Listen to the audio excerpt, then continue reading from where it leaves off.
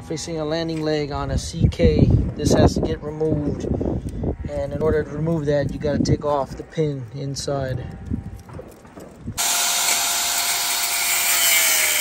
All right, after using the cutting disc, we got it out. We just have to get the pin out now.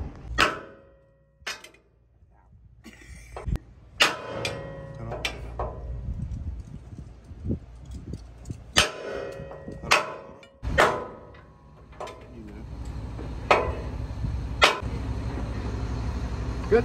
Yeah.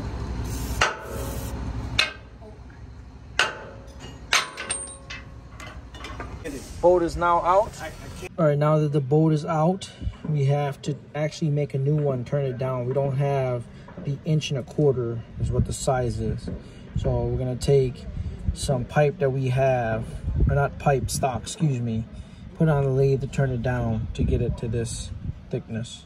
And then we can have it. This is 15 inches for the pin. So we're gonna turn it down with this stock. I wish I had something thinner, but you gotta work with what you got.